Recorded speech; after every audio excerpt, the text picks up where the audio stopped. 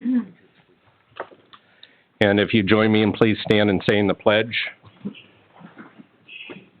I pledge allegiance to the flag of the United States of America and to the republic for which it stands, one nation, under God, indivisible, with liberty and justice for all.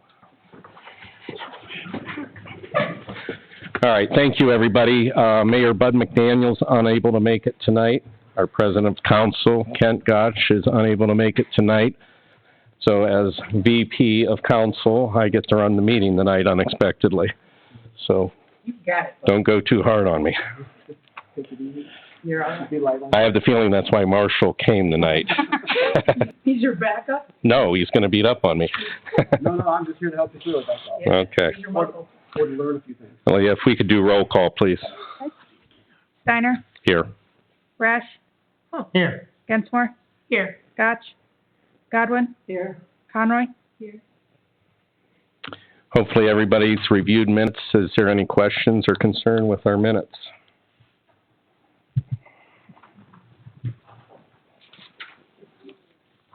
If not, we'd look for a motion to approve those minutes. Make a motion to approve the minutes. Second. Those in favor? You going to call for the vote? Yeah. Rash, Aye. Gensmore, Aye. Godwin, Aye. Conroy, Aye. Steiner. Aye. Okay, at this time we have Holly Miller from Summit County. I'd like to give her the floor to do some presentation. I'm going to let you address that. All right. Good evening. My name is Holly Miller, and I am the Deputy Director in the Department of Community and Economic Development under County Executive Eileen Shapiro. Every year, I go out and do presentations to all 31 communities about the services that are available to your residents.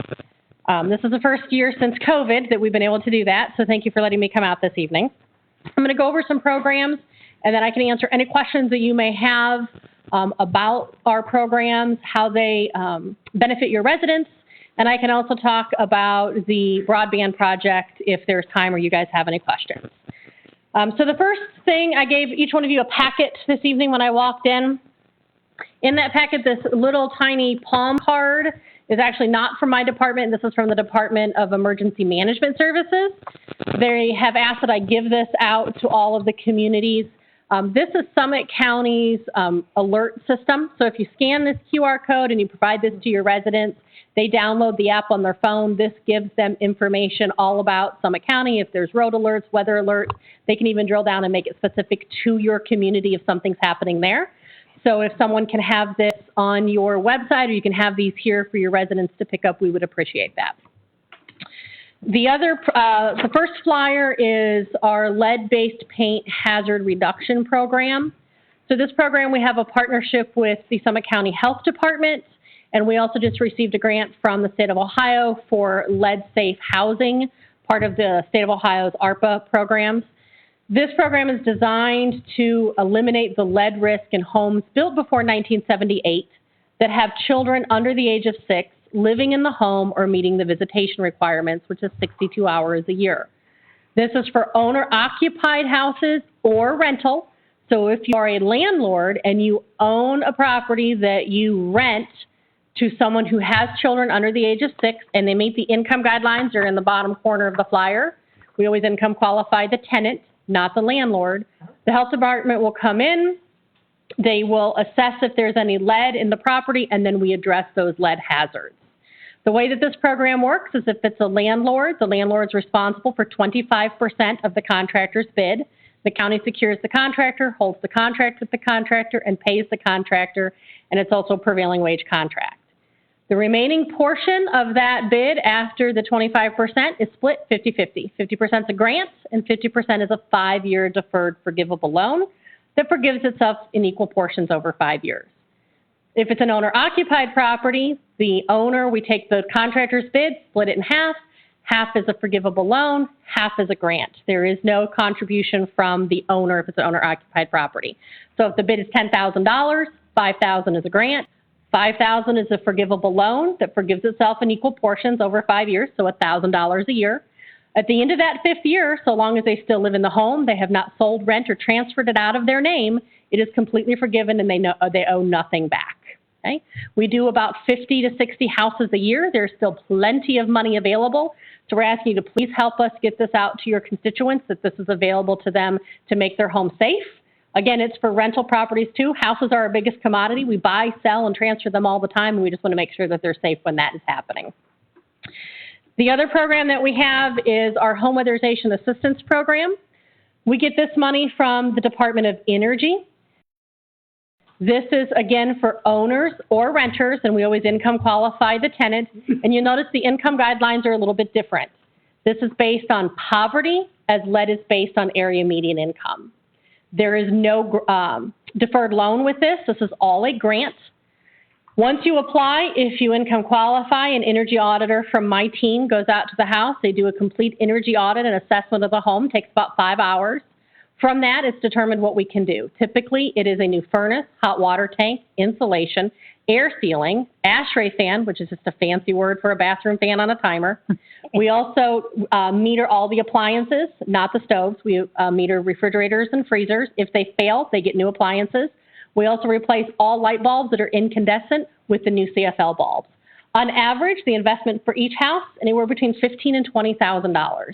And it is a complete grant to the owner or to the landlord, and there's no landlord contribution.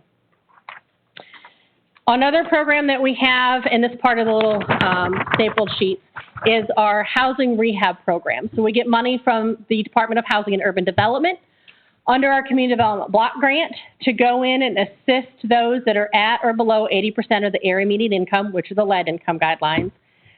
Helping them make repairs to their home that they cannot afford. For the elderly, it's allowing them to age in place. For those that are low income, we want to make sure that their homes are warm and safe for them. So we will go in, we do new roofs, we can do electrical panels, new windows, ADA grab bars, ramps, anything that's a health and safety issue. This is only for owner-occupied, it's not for rental. And just like lead, it's secured with a 5-year deferred forgivable loan. As long as the house stays in their name, they don't sell, rent, or transfer it. At the end of the 5th year, it's completely forgiven. All of our programs are designed to work together. So if somebody applies for HWAP, my inspectors are trained to go out and see what else needs to be done. HWAP is not a roof replacement program. That's only furnace, hot water tank, and insulation. So if we go out, we see that they need a new roof, my inspectors are trained to come in. We then use the CDBG funds, replace the roof, then go back and do HWAP.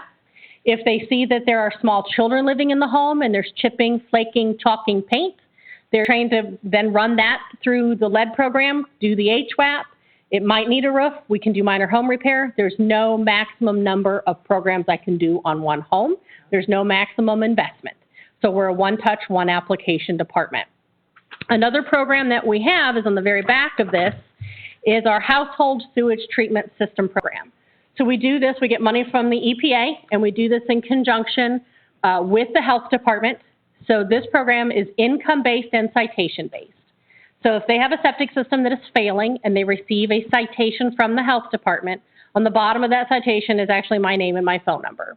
So they will call me and we see if they income qualify. If they income qualify, we go out, we send contractors out to take a look at the existing system. The health department tells them what type of system can go in there.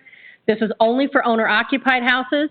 And then based on their income, a percentage of the contractor's bid can be paid. So at 30% of income, 100% of the contractor's bid is covered. At 80% of income, 50% of the contractor's bid is covered. This is also secured with a 5-year deferred forgivable loan. We do probably 25 to 30 septic system replacements a year, but you have to have that citation. Again, all of these combine together. So if someone needs a septic system and we see that there's other issues, we can refer them to the other programs. Are your guys trained then when they're looking for the home weatherization assistant program to look at the septics as well? No, we rely completely on the health department. Yeah, we are not sanitarians, so the health department has to do that.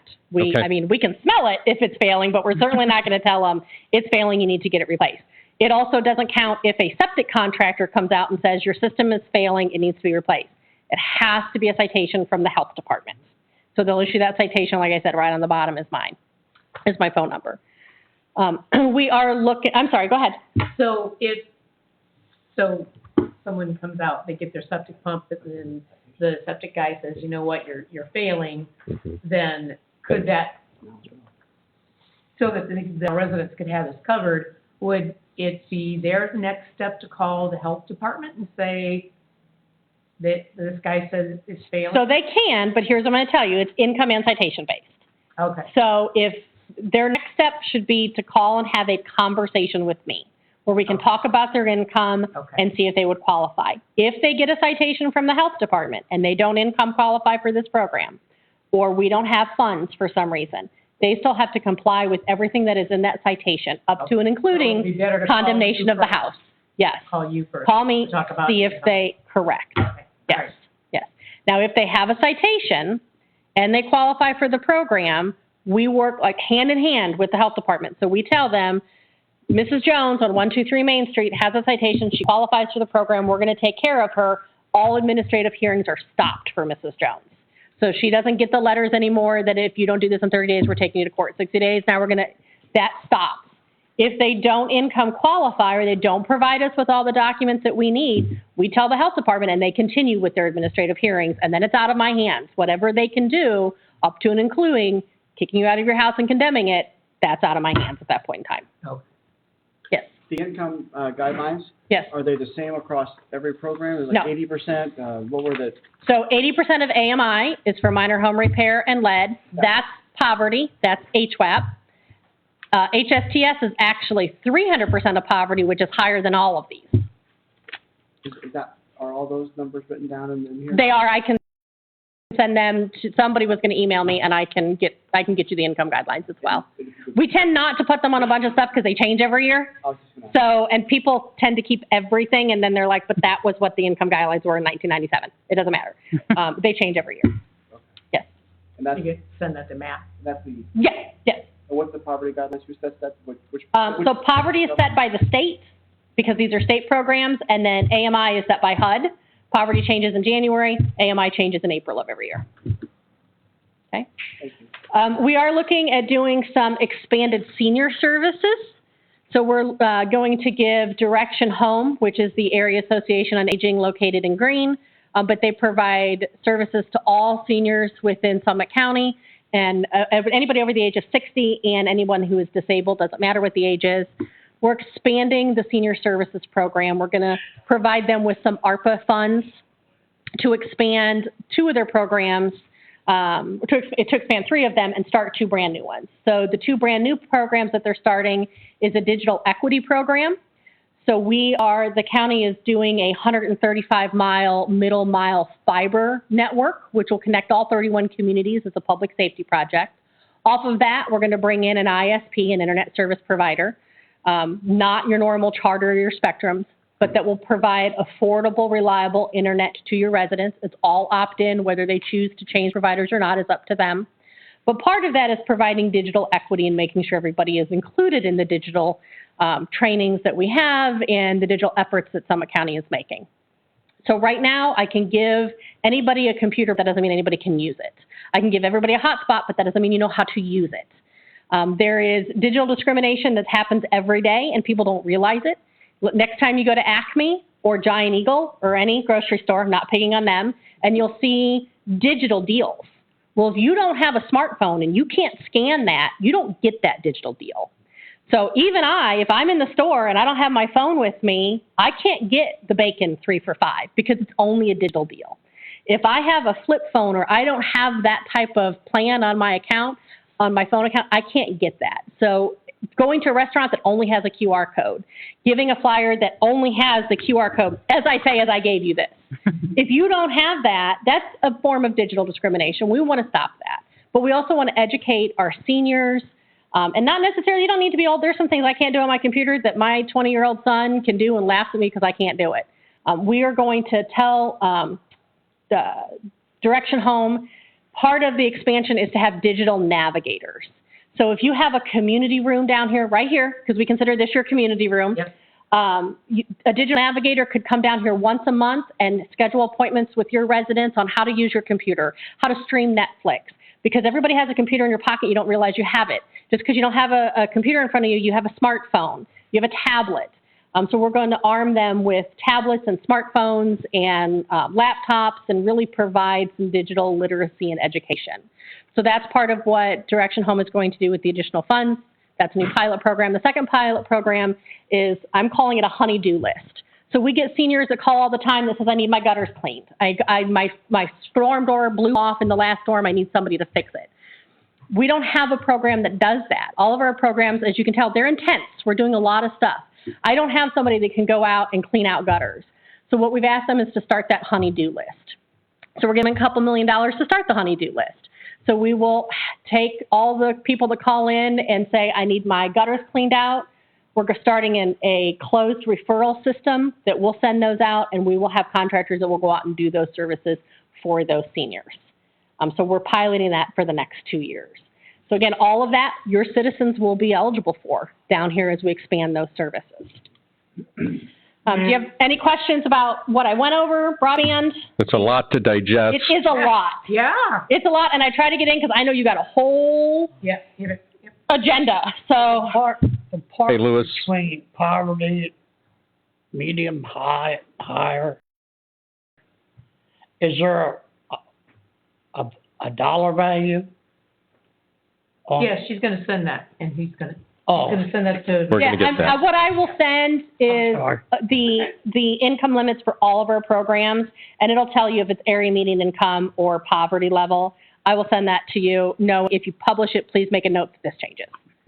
Okay, the one thing here, since we have the advantage of you being here, if you've watched the newspapers or Googled lately, you'll see the concerns or ideas of Clinton moving to Stark County. So with you here, I'd like you to frame some of your answers on how Clinton benefits from being part of Summit County and maybe some repercussions if that were to get traction. The other thing, too, is the broadband initiative. Is that how you're doing some of this Direction Home services? But I also heard you say provide hotspots, so that would be outside the broadband initiative. Right. So let me address your first question first. Okay. All of the programs that I talked about this evening, if Clinton were not to be a part of Summit County, none of this would apply to you. None of your residents could use this.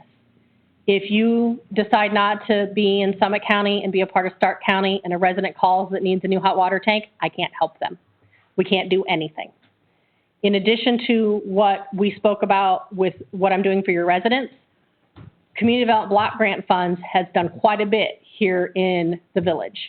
We've done your ADA doors, we've done sidewalks, we're doing a sidewalk now, we've done a generator so that if there's flooding in the village, this can be your gathering spot, whatever you guys call it, for your residents. All of that would stop. You would not be eligible for any of our Community Development Block Grant Funds. You would not be able to apply for anything that the county gets through HUD. Depending if you do this, and if it happens, if the current CDBG project is not done, which is the sidewalks, and it's got a CDBG investment of $49,000, that would be due back immediately to the county. So anything I talked about and any future programs, the expansion of senior services, bringing down broadband to connect your village to the public safety circle, that would stop. We cannot bring any of these services into Stark County. Okay. So hearing this tonight and seeing the programs that the county offers, I'm thinking of opportunities or people who may benefit from this. I think each of us here on council probably know of an example. I would try to guide those people here, and let's take advantage of the program Summit County is offering us. Because if we don't take advantage of it, we don't get the benefit of it.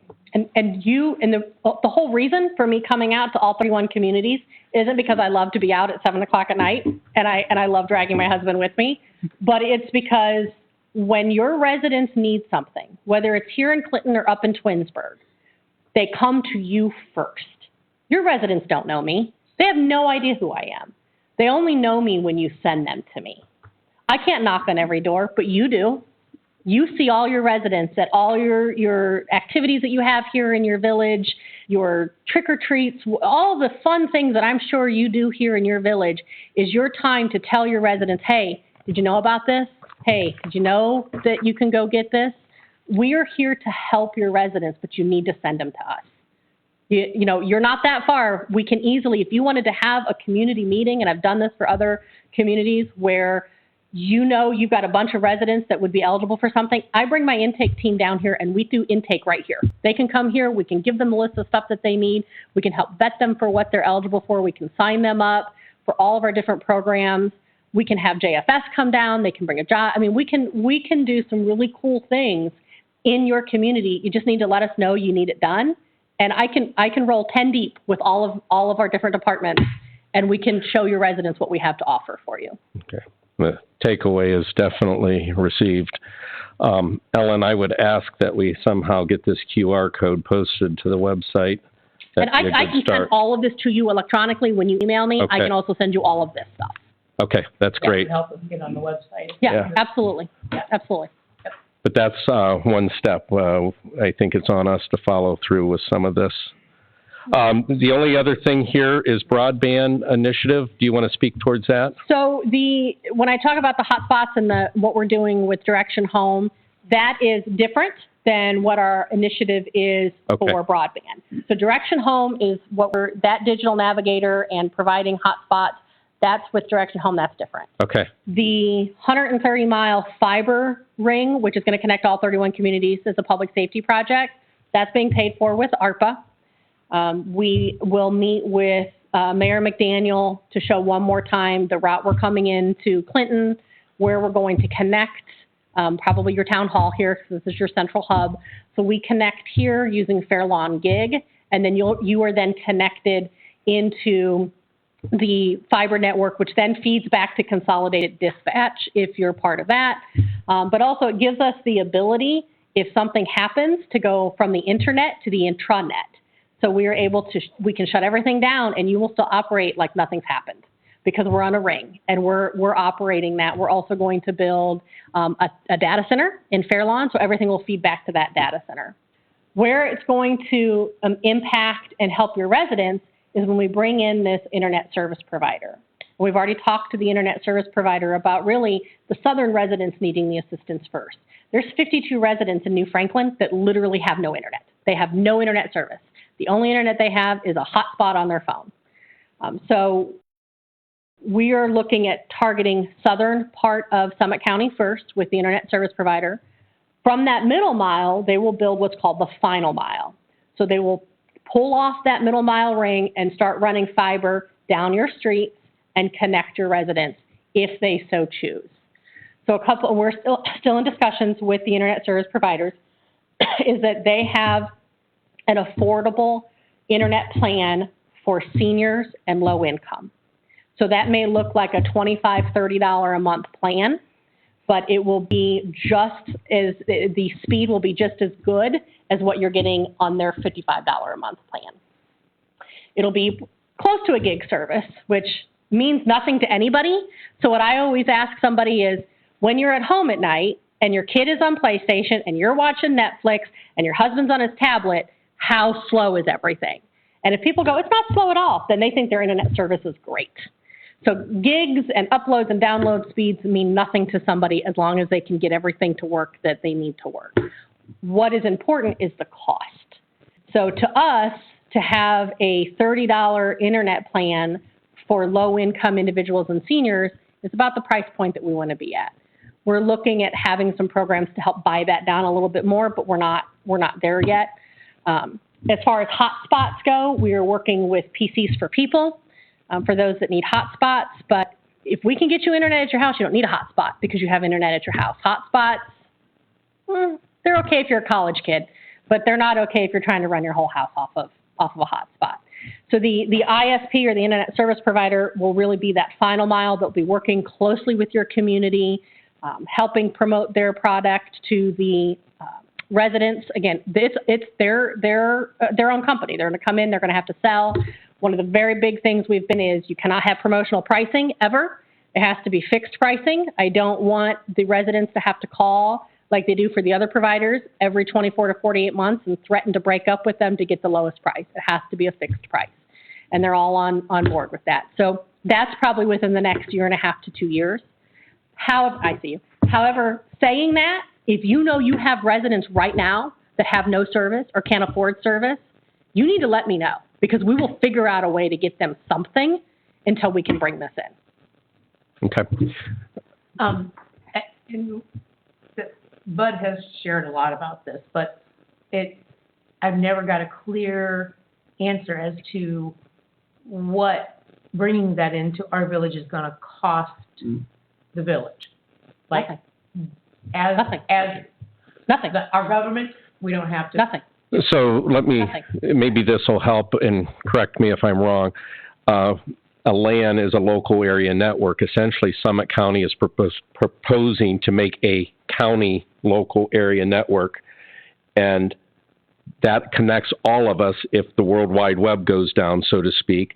And that, to that, they can add this ISP service to get internet, Right. World Wide Web service to all of us. To your residents. But I to understand that, connect, But I've asked. to connect the village to the middle mile ring Right. is going to cost the village nothing. Okay, because I've asked that question several times, and I've not gotten a clear answer. on It's it. nothing.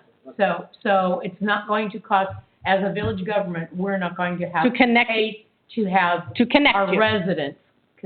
Your residents are going to have to pay, Our because residents- that's the final model. Okay, that's fine. Okay, so the other question I had was, you said that it's to make it affordable for low income and seniors, Mhm. but those people that don't qualify are still have to pay the top dollar. Is that what Which you're the saying? top dollar is probably going to be about $59 a month. So you will be in competition with the Spectrums and Oh, Massling cables of the world. That was Yep. my- That's the point. Point. Competition is good. Yeah, Understood. Competition is good. That's the point. well, we have no competition now, and Right. it's No, a so, lot no, more than they that. will be in competition, and they know that. Okay. And, I mean, competition's a good thing. Well, it is, because if it's, for people that don't qualify for low income and senior, they're thinking, if it's not gonna benefit us, why, I mean. But it will, I mean, maybe you pay $59 a month for No. internet. I don't know. But, I mean, that's about what we're looking at. Yes, sir. Okay. Ma'am, is it TV and internet or No. just internet? It's just the internet. If you have TV, you'd have to stream it, because the internet service provider we're looking at does not have TV. So like now, if you get Spectrum AT&T, you also get their TV. If you have Dish Network, you're actually getting it through AT&T or Spectrum, because they don't, or Frontier, maybe, I don't know who else you have down here. But if you were to sign up for so basically it's the Summit Connect. Summit Connects is the overarching umbrella for everything the county is doing broadband. So there'll be a preferred internet service provider under Summit Connects. So if you sign up for that, it's only the internet. You would have to stream using Netflix, Hulu, Apple TV, whatever app you use, which ties into then having the digital navigator to help people that are used to having the Spectrum or the AT&T remote, and now I don't have that, and now I have Hulu, and now I can't watch TV, and now I can't see Wheel of Fortune at 7 o'clock. Well, now we're going to help them figure out how to navigate to that channel. I want to come to that class. Spectrum? Right? Me too. Yes. It's less than Spectrum? Right now, it would be, but competition, I can see everybody lowering their prices for 24 months to be it's going to get very competitive. Yes. My question kind of builds on what she said, and I want everybody here to understand the cost piece. Okay. When we say the village, I want to distinguish between the village government and in the village, the community and the residents.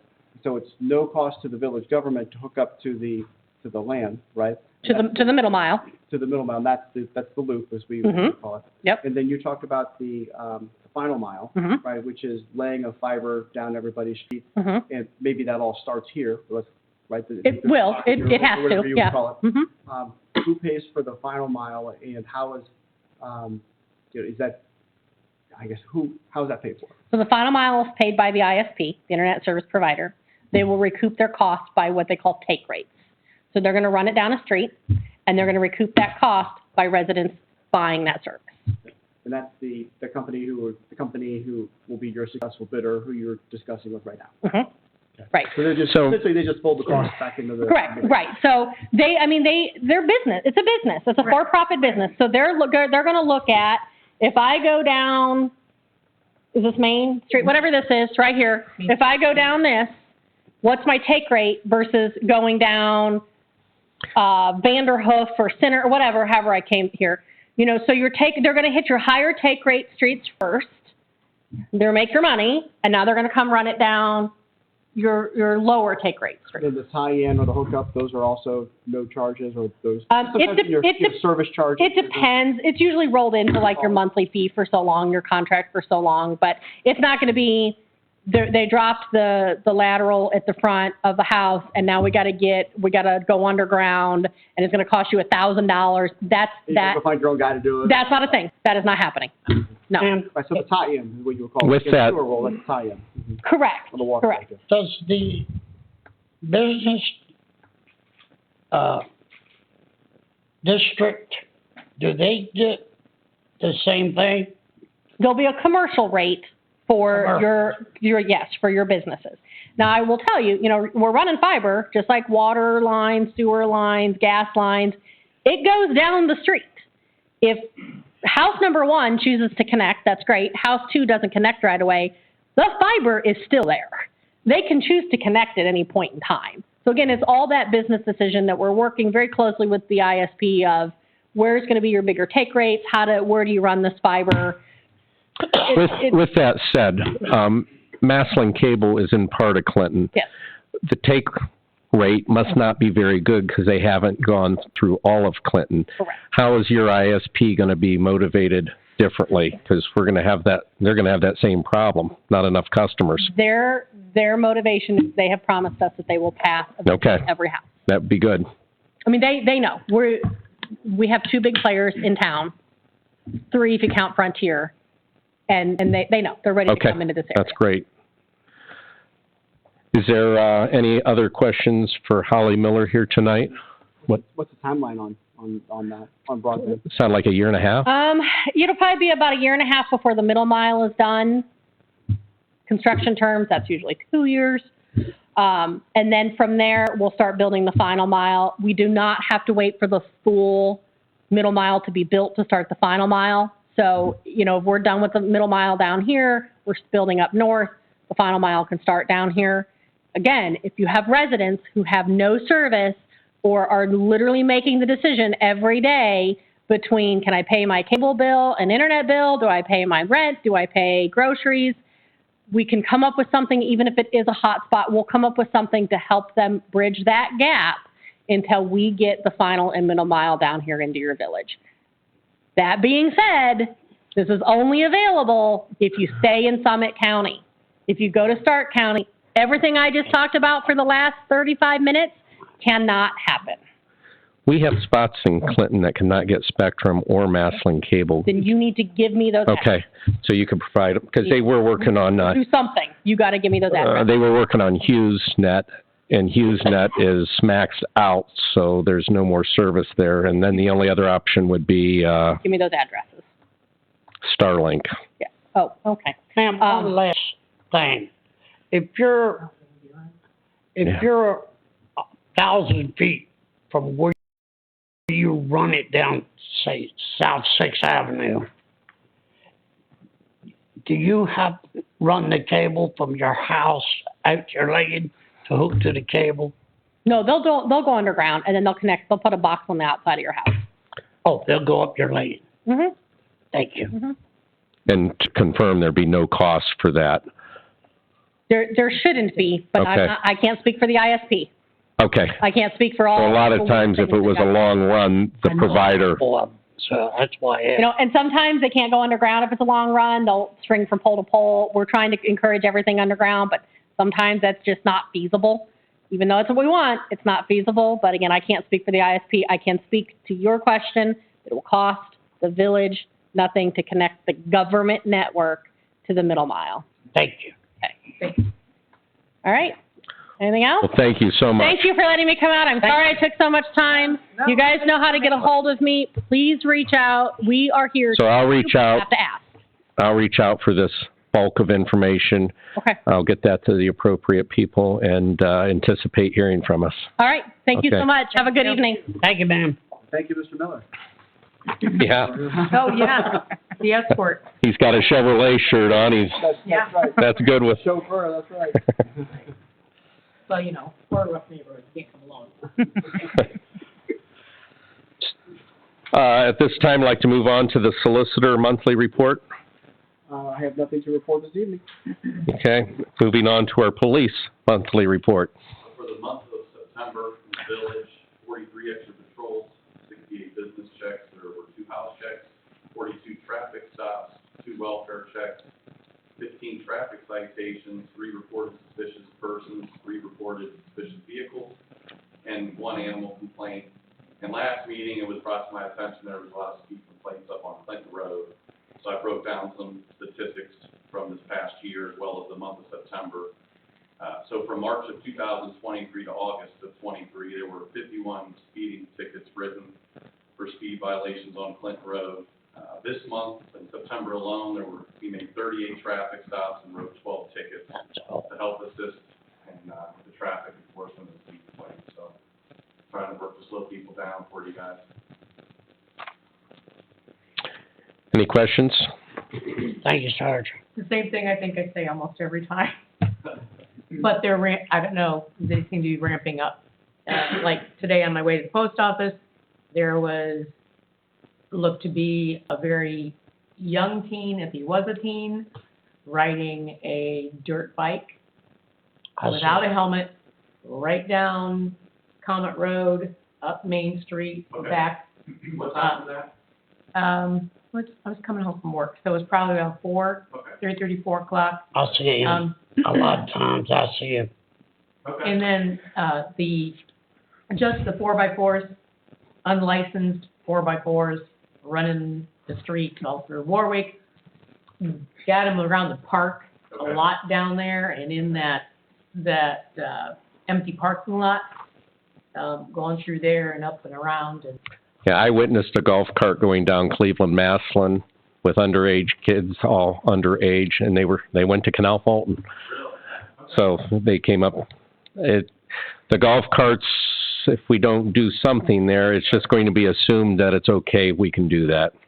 right, and the golf carts, 4x4s, the dirt bikes. No, They're not plated. Yeah. I Teenagers, mean, they're not red, we know there's not a plate on the back. None of them are plated, and they're like Sure.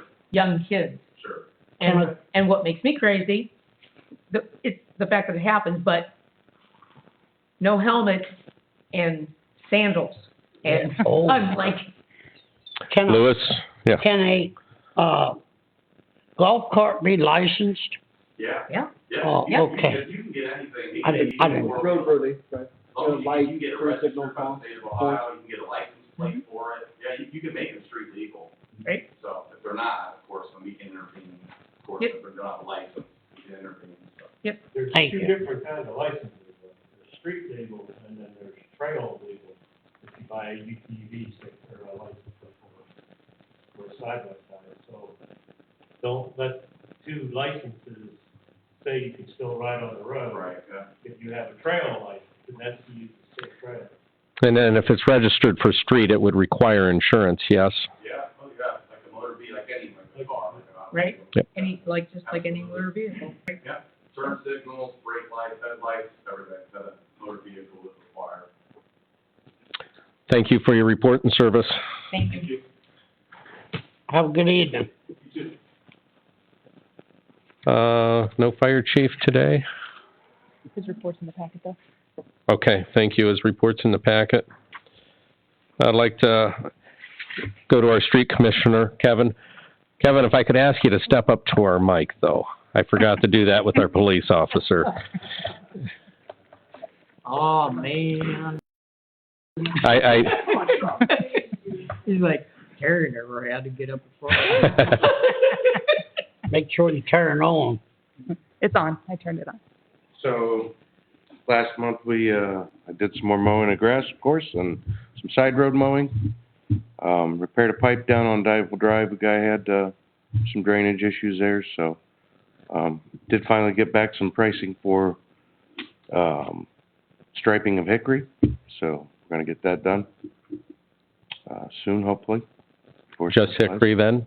Huh? Just Yeah. For now. Okay. Hickory from Hickory all the way, 2nd Avenue to, Warwick Road. It's Okay, about 1.2 miles. okay, that's good. So we'll get the. To start. the worst of it. To start. Don't want to do too much of, we did, And, you know, the striping seems to vary, so we can see quality of product here too. Sure. That's good news. Kevin, South Second, is it gonna be, I know Hickory's been paved, but would it pay to stripe South Second? well, it won't be paved for, Hickory and South Second Street probably won't be repaved for another 3 years. I Or mean- chip and sealed. Hickory Street don't need it, but I was wondering about South Second. South Second, I mean, my plan, I think it's 25, maybe 26 to, grind it, There's a schedule, Louis, for, the roads. for the roads, so those will be on the schedule. I That's, didn't know if it'd be, all the schedules gotten pushed out a year though with the addition of Clinton Road. Correct. Yeah, he's asking, we're striping it if we're gonna fix it. But if we're not, that's what I was gonna ask. if we're not fixing it for 3 to 4 years, then it's gonna go those 3 to 4 years without stripes. That's one of the big But complaints. if it's only was- gonna be 5, then that's only a year and a half, right? Anything else for us, Kevin? That's about all I have. Okay, thank you. Thank you very much. Have a good night. All right, at this time, we'd like to call our zoning inspector, Jeff. Thank you, Matt. Over the past quarter, we've had 14 permit applications turned into the office. I was able to approve 11. Unfortunately, I had to deny 3 due to setback issues and square footage issues. We recently, everybody applied for variances out of the 3. We did have a BZA meeting last week, which was approved, so it's a total of 12 that was approved. The 2 upcoming variances are going to be at our regularly scheduled meeting October 18th. So we're gonna have 2 BZA meetings in a couple weeks here. I had 1 violation notice sent for a dumpster on Clinton Road that was sitting there for a long time. That was taken care of within a week. We sent, not violations, we sent 20 notices to people on Hickory Street. Village Hall's been getting complaints about the sidewalk issues there. It is the residents' responsibility to maintain their sidewalks. So some of the issues we have are grass growing in the stress cracks or cuts, weeds, vegetation growing over, trees, tree limbs, rocks, gravel, stuff like that. We want to make it safe for people that are using the sidewalks.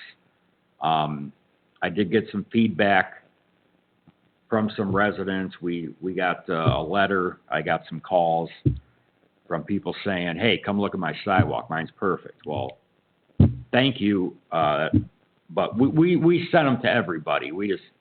It was just easier that way. A friendly reminder. Start from the beginning and go to the end. We just sent it to everybody. So, we have some progress on that.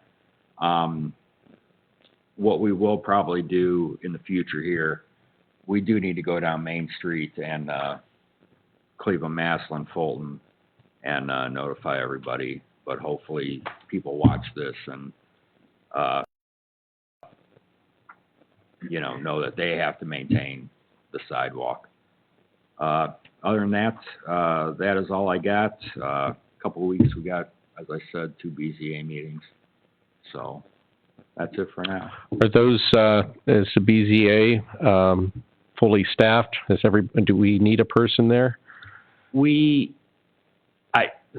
and I are about to go at the same time. Yeah. We, at the last meeting, which was last Wednesday, one of the invitees, that was a neighbor from the person that applied, him and his wife did show up, And, you know, they just wanted to see, they had no problem with the variance, but they wanted to see how it worked. And, he was actually interested in becoming a member. So Marissa spoke, I mean, you could, Is pursuing. you want to take it from there. Well, here's the thing. A couple years ago, we could not get enough people to staff the ZBA. So I said, I feel kind of weird about it, but I am a resident and there's no legal reason why I can't be on BZA. So I will do it until we can find some resident willing to, a unattached resident to be part of it. So I've been doing it, and this is the first resident that has shown any interest. And so while I'm perfectly well within the guidelines to be part of the BZA as a council person, I feel kind of, I don't know if it's a conflict. I was told it's not I have a conflict with it. So if a unattached resident is willing to stop up, I'm saying let's go for it. So I intend to, I got his information today, so I'm going to reach out to him, see if he's serious about it. And if he is, I'm inviting him to the next council meeting. And it is council's responsibility to appoint BZA members. And so hopefully we'll have this resident at our next meeting to appoint. And then he can have his first acting position as a BZA member the very next day. Yeah, we didn't advertise this. We don't have to. No, yeah, he came in on his own and was interested, and Great. Please. you know, that's So, just That's heads up, great, so. That's one thing that's for sure gonna happen, Mayor, if he's still interested. Or I haven't got scared off. 'Cause who knows? Go ahead, the Louis. sidewalk the ladies said that they were gonna do, where's that at? We'll talk about it here in a little We're bit. talking about. up and coming. That's a whole other deal. I'm sorry. So somebody else, or before Apple Fest, the neighbor right over here was cleaning their sidewalk before Apple Fest. I don't know if that was letter driven or if he was just taking right care of his across the sidewalk. street. Yeah. No, that wasn't. The resident right across the street is a very good resident. I was glad to see the sidewalk, a little care for the sidewalk. Is there any other questions for Jeff? Nope. Or am I cutting you short? No, that's all I got. Okay. Yeah, thank you. All right, thank you. Thank you, Jeff. Oh, do you have something to say? Go ahead. No? Oh, To Jeff? no, we're done. Well done. Am What do I, you got? I'm still here. This is a motion to accept. Is he here? oh, Read into that. oh, yes, thank you. Yes. Okay, thank you for reminding me. As you and I have talked about, Jeff, we did receive a resignation letter from you, and it's come to my attention, I got it by email, so he has rescinded that resignation. I wanted council to acknowledge that rescind of his resignation letter, so do we want to do that in the form of a motion? Yes. Marissa, will you make that motion for us? Motion that the council accepts, His rescind letter? Rescind. Zoning. Hang on, I was saying, I would like to make a motion that council accepts the zoning inspector's rescission of his resignation letter that he sent to us a while back. Second. Call for the vote. Densmore, Aye. Godwin, Aye. Conroy, Aye. Steiner, Aye. Rash. Aye. So we're happy to get that letter. We're happy to see you on board, and look forward to continuing to work with you. All right, thank you, man. Okay, thank you. Thank you. Thank you, Marissa. That was one thing not on my notes. Well, we had it. That's right, we had them here. Fiscal officers report, that's my chair. We did have a meeting tonight. What's that? That's me, actually. Oh, you're right, I'm sorry. Go ahead. Financial, fiscal, same thing. Okay. So I brought up a few months ago in a meeting about our NOPEC grant that we received. And at that point in time, we weren't sure what to spend the money on. So we have gotten a quote for 2 of the radar speed signs, which comes to like $8,200. We have about half of that in our NOPEC grant. So I would like to propose that we purchase 1 of those with our NOPEC funds. It would still cost us about $700. But if we purchase 1 of them this year, and then we'll get our NOPEC grant again next year, and we can purchase 1 for going the other direction. It would be solar powered. It's the one that flashes your speed as you zoom on by. It might help. 2 will be how much for us? 2, well, we would just purchase 1 right now, which would cost us like $700. The rest would be used with a grant. So it's $3,400. 700 of it is what it cost us because we have grant money banked. $4,100 for 1 sign. Somebody will make a motion. That's what we're looking for. I was gonna say, so move. I make a motion to approve the grant for the speedometer, Radar speed limit sign. radar speed limit. Okay. Shame we can't get a camera on it. No, we can work on Little that steps. down the road. You want a second? Okay. Second, No, you Somebody? made the motion. did you? Okay. Godwin? Aye. Conley? Steiner? Aye. Rash? Hi. Gensmore? Aye. That's all I got. Okay, thank you for that. I think that one. Unfinished business.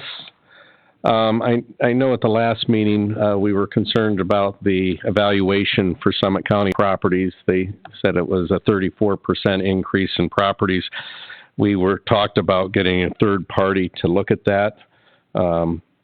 Casey Roch's name was brought up for doing that. I don't know if anybody reached out there or not, so we'll have to put that on unfinished business and see if the mayor or if Kent, if there's any movement on that.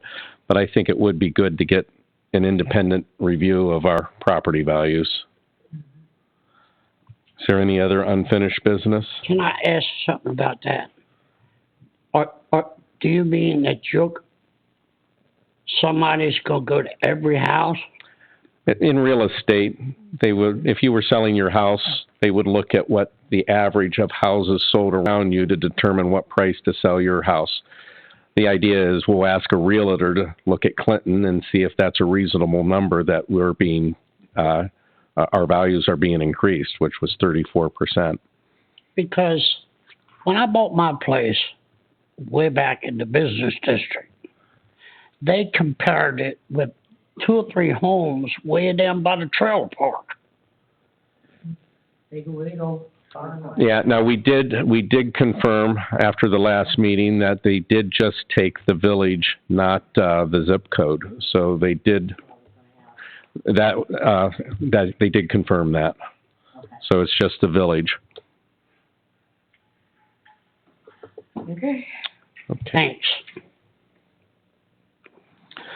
Obviously, mayor's communication is next, but I'm not the mayor, but I will communicate some things. Want to say thank you to Apple Fest and everybody that makes that happen. Diane, I know you're a big part of that. Thank you for the recent updates. Everybody's noticing, we see that on Facebook, the fall flowers, so thank you for that too. Thank you. Also wanted to extend a acknowledgement to the Memorial Wall. They had a successful car show a couple weekends ago. I think they had over 200 cars there. So that's a lot of people coming to Clinton, noticing Clinton, and recognizing the Memorial Wall. Council communications and council committee reports. Does anybody have communications there? We did have a finance meeting tonight. We had one 2 weeks ago as well. We're working on the 2024 budget. So that's in progress, and we have another meeting scheduled before the next council meeting, and we should be prepared to present a budget for 2024. So an update there. Yeah. And we talked about during the meeting, I wanted to make a motion, Thank you. to purchase the John Deere backhoe for $15,898. It's a 36-month finance option, and the interest rate is 6.9. Second.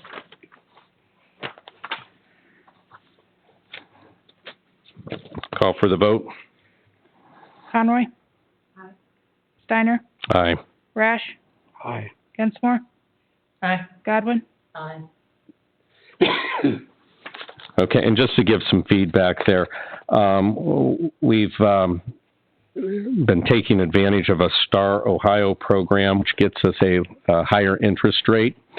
That interest rate is good enough that we're beating the bank finance charge, so we're going to finance that, and we'll come ahead by parking that money in this high interest account. Kevin has confirmed that we can pay off early, so if there's any changes to the Star Ohio program, we would take that money and pay the backhoe off. But while we can get ahead a little bit, we will. Just the money we've put in so far, we had income $800 in a week. In like 6 days. In 6 days in interest. I was recently traveling through Cincinnati, and on the radio, they were selling a railroad bed for a substantial amount of money, and they were parking all of that in a Star Ohio-like program and using it as income for the city. So as these high-interest things become available, it's a good way for the cities, villages like ourselves to generate some additional income. So, got a backhoe coming. Is there any other council communications or committee comments?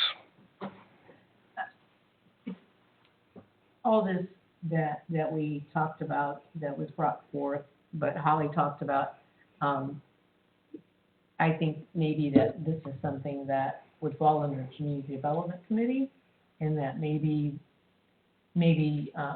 at our next meeting, we could discuss how to maybe set up some of these meetings, reach out to our citizens, get a feel of who would want that, and then have those meetings brought into the village hall for our residents. And that's something we need to jump on. Yeah, I mean, these things are at our table, and it's up to us to take advantage of it. Absolutely. So Can I say something?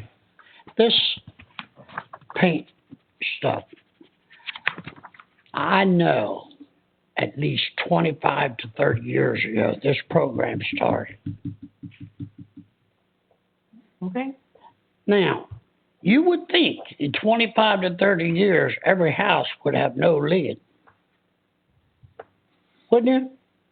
Not necessarily. I mean, you would really think, because you can't sell it if it's got lead paint. I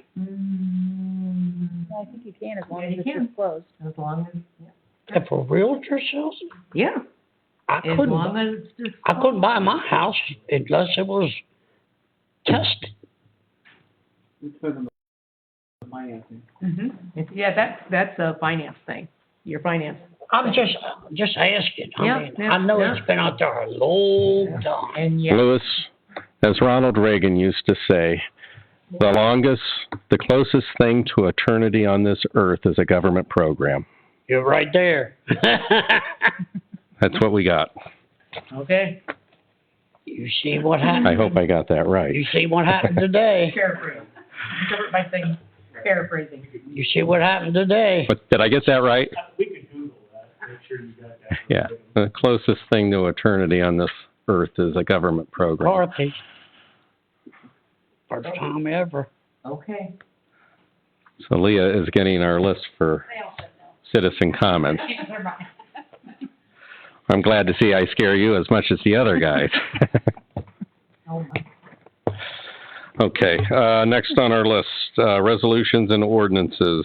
Okay, we have, Third readings, we have Resolution R 2319, a resolution amending the annual appropriations for the current expenses and other expenditures of the village for the fiscal year ending December 31st, 2023, and declaring an emergency. Motion to adopt this third reading. Second?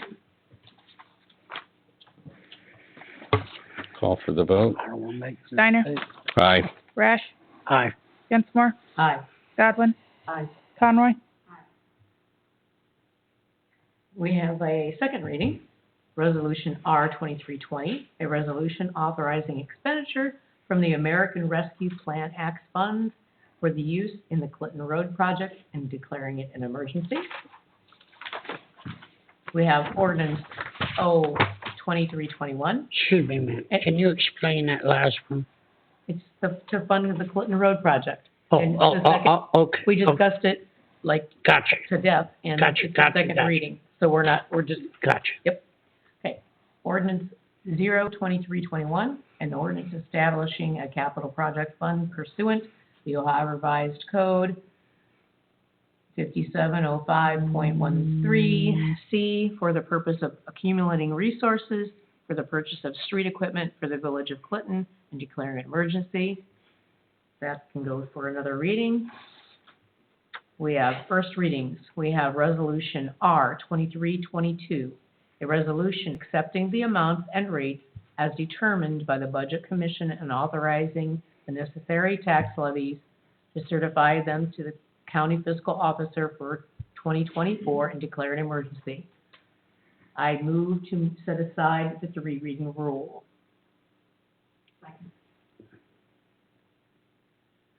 Can you make comments here? No.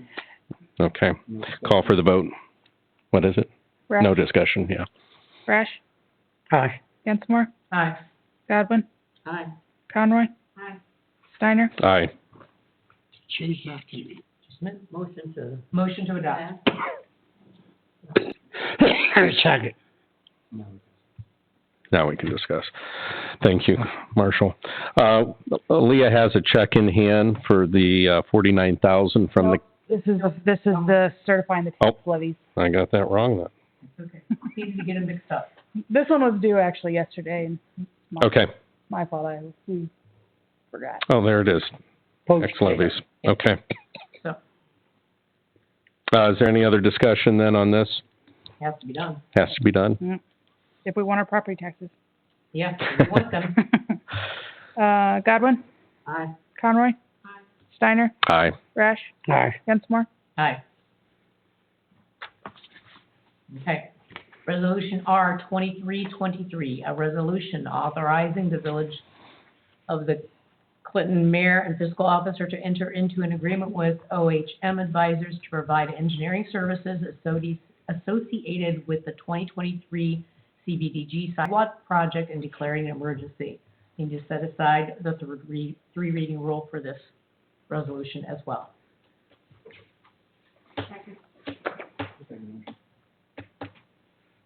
Yes. Vote? Call for the vote. Gensmore? Aye. Godwin? Aye. Conroy? Steiner? Aye. Rash? Aye. And then just some background on that. Motion to adopt? Motion to adopt? Second. Okay, now. Just some background on that. The county, we have a county check in hand for the $49,000, so they have stepped up with that. Originally, we thought our cost was going to be $11,000 in addition for the sidewalk project. What we didn't foresee was the engineering fees for projects that are over $50,000. So that's going to get our investment up to $26K. So there's more dollars involved from the city than, or from the village than originally thought. Is there anything we should add to that? Well, however, if we, It costs us more? yeah, So 15,000 more is what the cost is going to be. But Right. if we don't do it, then we have to send the money back to the county. Oh, we ain't doing I that. think it might hurt our chances in the future if we are Ah, sending money forget back. it. Go ahead. Yeah, we can't, it's this sidewalk project we've been trying to get done since 2016. I do. And something has always derails it, and we don't want to lose the money. No. So, You know, part of my bringing it up is so that we're on record as having a discussion about that additional monies. yeah, absolutely. Thank you. Is there a motion then to, okay, Yep. call for the vote? Steiner, Aye. Rash, Aye. Gensmore, Aye. Godwin, Aye. Conroy. Aye. Motion passes. Is there any new business? Council general discussion? I haven't covered a lot today. Mm-hmm.